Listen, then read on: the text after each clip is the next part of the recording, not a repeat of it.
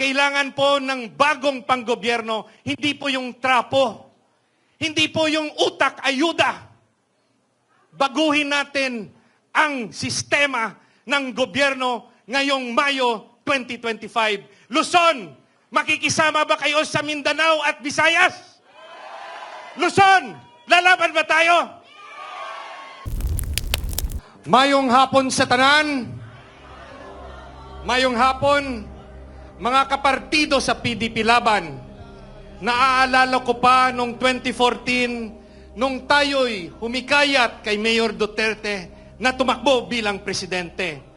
Pangalawang grupo tayo, kasunod ni Mar Masanggid ng mga barangay captain ng Davao, tayo na tagalabas, pumunta, taga-PDP, pumunta ng Davao at hinikayat ang mayor ng Davao na tumakbo. Bakit? Dahil po sa matagal na panahon, wala pa pong presidente ang Mindanao. Wala. Bakit walang presidente ang Mindanao? Dahil watak-watak ang Mindanao nung mga panahong yun. Susunod, sa Team Duterte, kayo po ang magpapanalo sa amin. Mga party workers, mga campaigners, mga volunteers, nung simula pa ng 2014 hanggang ngayon, kami po'y sasandal sa inyo. PDP Laban, Team Duterte, Congressman Marcoleta, Attorney Vic Rodriguez, Pastor Apollo Kibuloy. Natutuwa ako, nanditong kaibigan ko, Attorney Vic. Welcome, Attorney Vic. Welcome sa PDP Laban. Matagal na naming inaantay ang pagdating mo. Negros Occidental, Negros Oriental, matagal na pong walang senador ang Negros. 1963 pa, nung nagkaroon ng senador ang Negros Occidental, si Oscar Ledesma. 1963. Ngayon, kailangan natin mag-unite. Negros, tulungan niyo po ang PDP Laban senators at ang adopted senators namin. Negros Oriental, Senator Teves pa po, 1972. Ang tagal-tagal na po. Wala tayong senador. Tulungan po, Negros Oriental, ang PDP Laban magkaroon ng senador na taga-Negros. At mga kasama ko sa PDP Laban at mga adopted Team Duterte namin. Visayas, nandito ang gobernador ng Cebu. Palakpakan natin si Pambari 4. Lalaban siya sa higante, pero sa mata namin, siya ang higante kasi siya ang nagstay kay Presidente Duterte. Hindi iniwan si Presidente Duterte. Palakpakan natin si Pambari 4. Mayor Mike Rama, ang kampyon natin sa Visayas. Mayor Mike, salamat, hindi ka nagbitiw. Sabi mo, kahit dalawa na lang kayo ni President Duterte, nandito ka pa rin sa PDP Laban. Ilaban po natin ang ating mga senador sa Cebu City.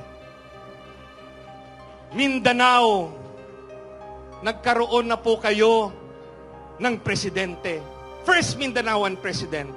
Pinagtatawanan po ako dati sa Western Visayas dahil ang dala kong presidente, ang inyong Mayor Duterte.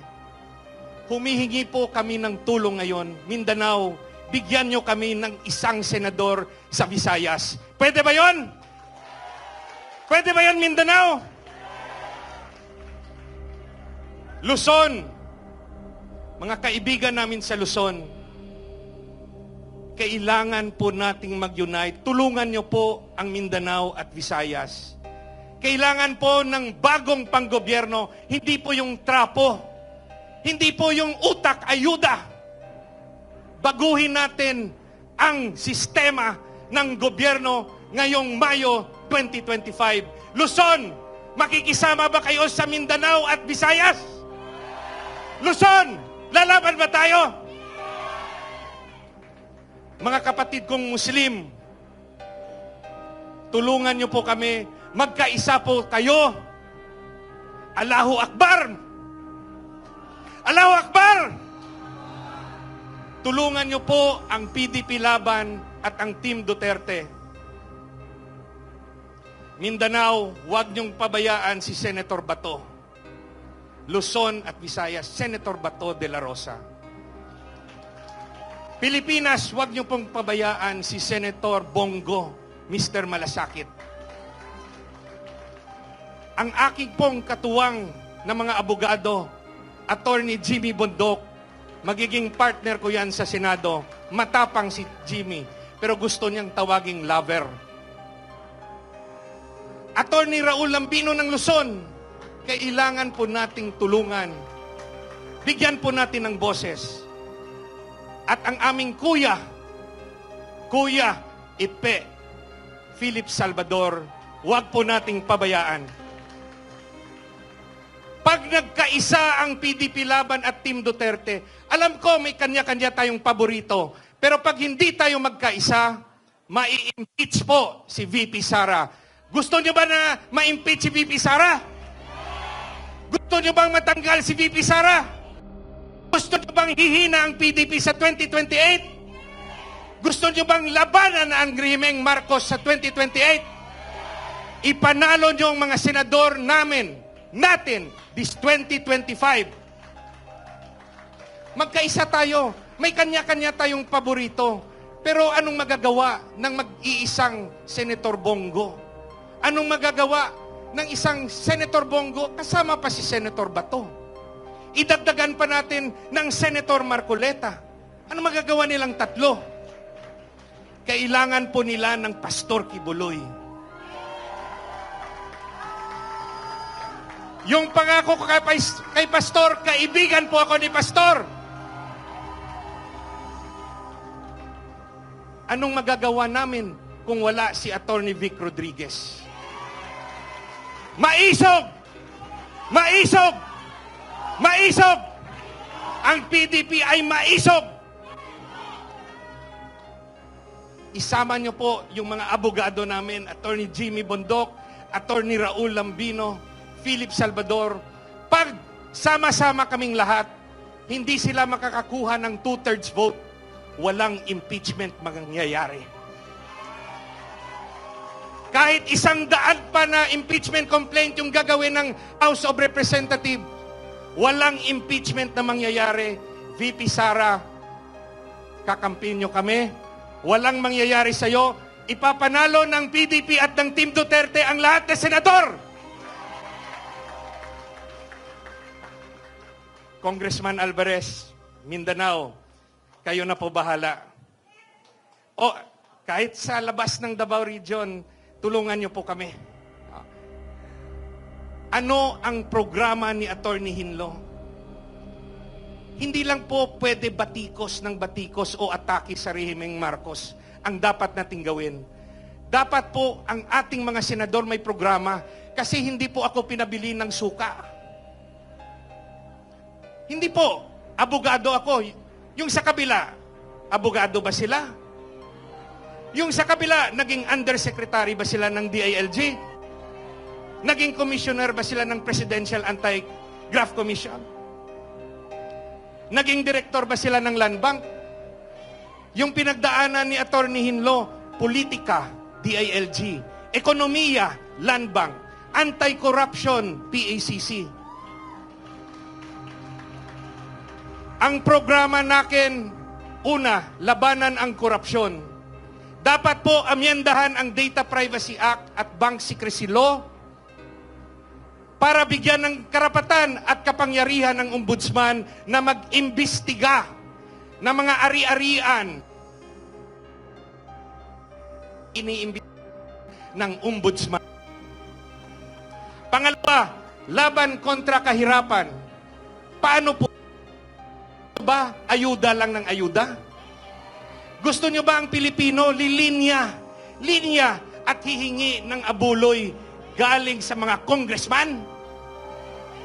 Pag ayaw nyo sa kanila, ipaglaban nyo kami kasi may programa kami. Aking po ilalabi sa aking kasamahan nagagawa ng mga batas to amend the procurement law to favor Philippine-made products. The Philippines needs to industrialize. We need to make our own weapons. We need to make our own machines. We need to protect our technology. Tulungan natin ang ating mga scientists, inventors, engineers. We need to industrialize. Dito dapat ang factories para maraming trabaho sa manggagawang Pilipino. Trabaho o ayuda? Trabaho o ayuda? Second, sa agrikultura, dapat magkaroon tayo ng state-managed farming, state-managed fishing. Hindi kaya ng land reform. Failure ang land reform. Dahil yung binibigay na 1 hektarya, binibenta ulit nila sa mayayaman at subdivision developer. Ano yung kasunod? Ano yung dapat gawin? We have to create jobs. Tayo sa gobyerno, we need to create jobs sa lahat ng mga lupain na katiwangwang, hindi nagagamit. Dapat po maglagay ng agribusiness ang gobyerno. Hindi lang sa pagtatanim, kundi warehouse, factories, rice mill, transport hub, distribution center. Trabahante na Pilipino ang kailangan. Trabaho, trabaho, trabaho. Hindi po ayuda ang solusyon. Pero yung manggagawa na kukunin natin, hindi po kailangan ng civil service examination. Dahil farmer naman yan eh. Hindi naman yan opisina. State-managed fishing, ganun rin na konsepto. Instead na bigyan mo ng isang bangka, bigyan natin ng trabaho ang mga mangingisda. Pinakamahirap na sektor ang mangingisda. Bigyan natin ng sweldo, 15-30, malalaking barko para sa gobyerno, mag-fishing sila. Ang panghuli na programa ni Atty. Hinlo, educational reform. We have to introduce the subject from grade 1 to college, Philippine Patriotism and Ethics Studies. Pagmamahal sa bayan, pagmamahal sa kapwa-tao. Different topics. Love of family, love of community, human rights, what's the Philippine political structure, national territory and defense, grade 7, a study of prison life para matakot ang kabataan gumawa ng masama. College, we introduce what is the economic plan of the country for the next 10 years as designed by the NEDA. Second year, financial literacy. How to start a small business, how to file a business permit. Third year, the dangers of corruption. Last year, fourth year, what is taxation, custom duty, what is estate tax, and lastly, how to file an income tax return. Pilipinas, ang dala po ng senador programa para mabigyan ng permanenteng solusyon ang korupsyon, ang problema sa kahirapan, at para magkabuwas damlag ang Pilipinas. We need a future. We need to introduce good values to our youth. Mabuhay po ang Pilipinas. Mabuhay po ang PDP Laban. Mabuhay po ang Team Duterte. Salamat po. At mabuhay ka, Attorney